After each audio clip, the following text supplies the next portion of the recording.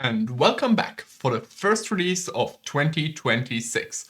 We have a new Copilot, we have exciting new developer features and new APIs and even some special features there. So let's dive right into it.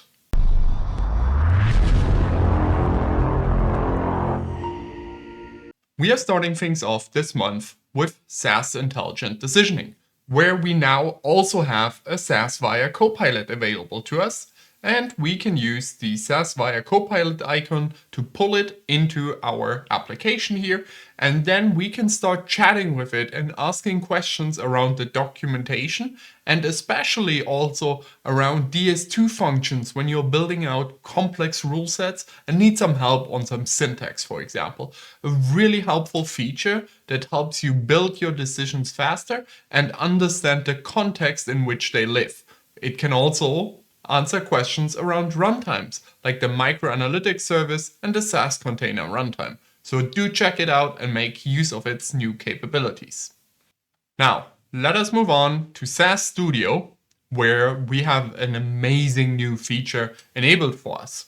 And that is the data step debugger. Some of you might already be familiar with it as it has been available in SAS Studio before, but is now back and better than ever before. We can activate the debugger up top here.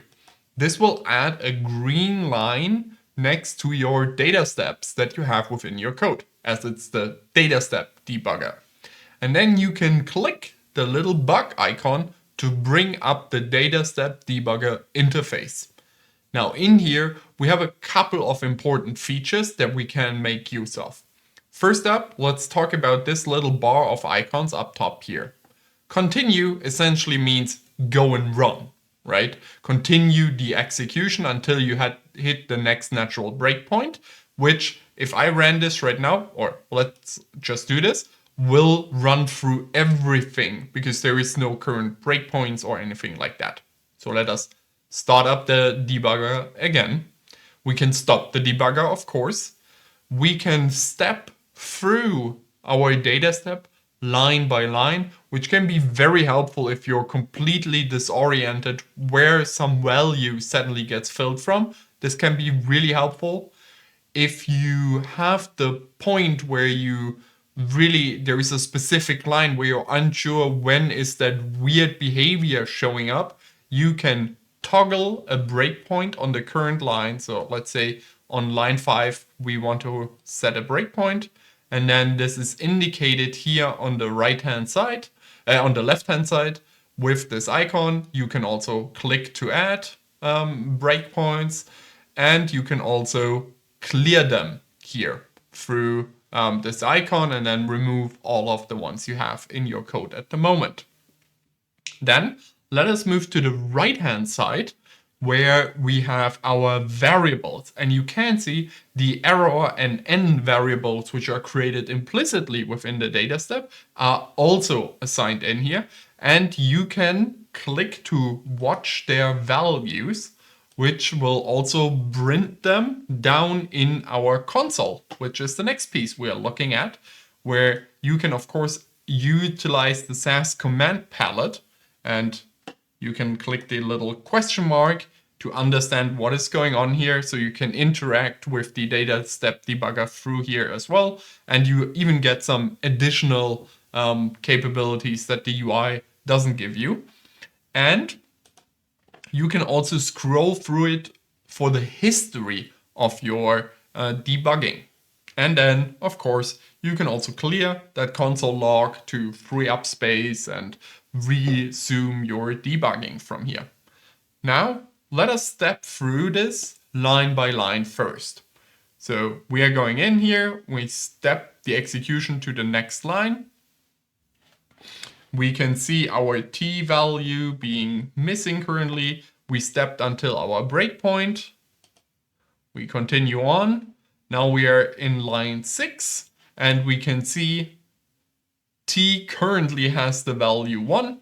So next line, we hit the runs, or we are done with our previous statement. We are now at line 7, and we can see t was changed to 2. And if we follow along in the log, you can also see always these notes, debug step, t=1, old value equals missing. And then the second time we have t=2, old value equal 1.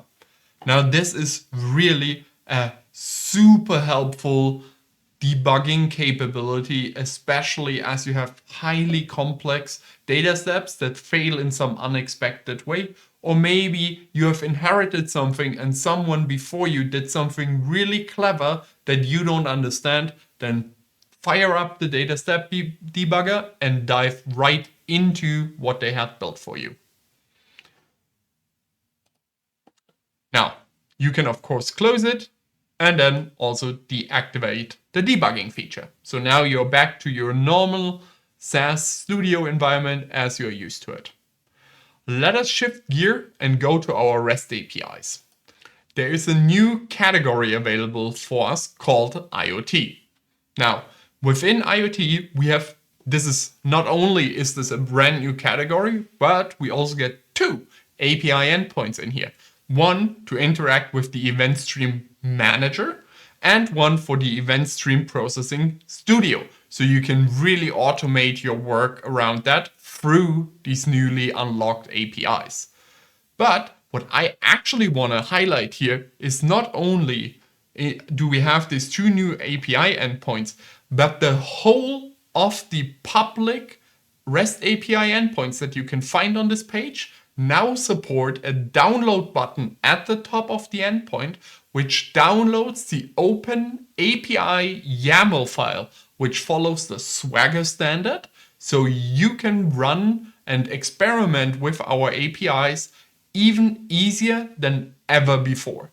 Just download the Open API specification and open up that YAML file in any Swagger editor, or if you're using Visual Studio Code, you can download the Swagger plugin and open it up, start interacting with it in that way, and make exploring our APIs even more comfortable so you never have to leave your IDE of choice. Really an incredible, powerful new capability that has been unlocked in concert with these 2 new APIs that just became available. Really cool features. I'm really looking forward to playing more with them. First up, creating synthetic data using procs mode, proc_sim normal, and proc_tabular_GAN. 3 procs that help you generate new synthetic data that you can use in whatever way you want. Next up, a deep dive into the A/B testing node that is available within SAS Intelligent Decisioning, showcasing some clever use cases and tips and tricks so you can get running up. And finally, automating Git workflows in SAS with Git functions. The Git functions are available as a part of the SAS data step functionality and are a powerful tool if you like to interact with Git in a more programmatic fashion instead of using the Git interface that SAS Studio provides for you. Also, I want to highlight my new initiative that I have started up that I call the SAS Viya Guide. It's my collection of resources that I have created all around SAS Viya, where I try to standardize and link together all the different resources, repositories, and other things that I publish. Currently, there is already some quick tips available and utilities that you can check out. Plus, the first proc guide is up and these videos will of course continue, but I now also provide written updates for you that you can take as handouts, for example, take screenshots out of it and share with other people within your organization. We had 2 new custom steps contributed in the last month. And the first one is nominal dimensionality reduction that helps you do multiple correspondence analysis and logistic principal component analysis to help you reduce the dimensionality of categorical features for your downstream modeling tasks. And then second is a step around the DuckDB capability that SAS Viya shipped with to help you aggregate Parquet files. Really helpful new utility. And with that, I hope you enjoyed these updates and see you next time. Bye bye.